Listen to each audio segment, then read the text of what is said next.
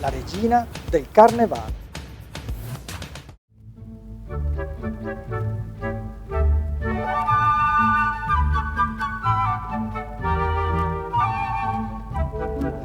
La fritola è il dolce tipico del carnevale veneziano, regina incontrastata dei giorni di festa in maschera.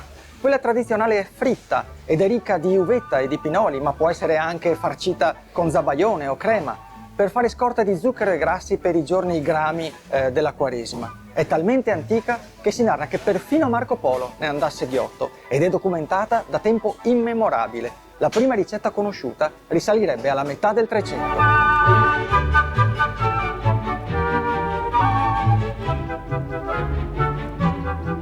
Anche i fritoeri, come ogni altra corporazione veneziana, finirono fin dal 600 per essere riuniti sotto una mariegoe, ovvero una serie di regole che sancivano il modo migliore di esercitare la professione, ma soprattutto chi potesse svolgerla.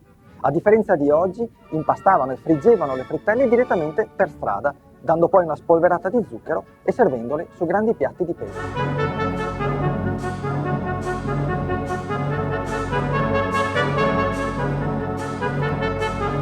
Una curiosità, i fritoeri che si tramandavano il mestiere di padre in figlio e rimasero attivi come corporazione per quasi un secolo dopo la caduta della Serenissima, al tempo dei dogi avevano il permesso di girare liberamente in città, ma non potevano urlare per attirare i clienti. Forse perché bastava il profumo per attirarli, o forse perché in silenzio si pecca più volentieri.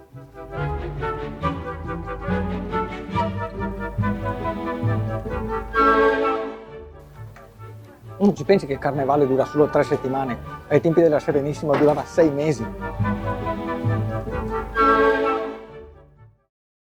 Ti è piaciuto questo video? Metti il mi piace su Venezia in un minuto e invita i tuoi amici a farlo.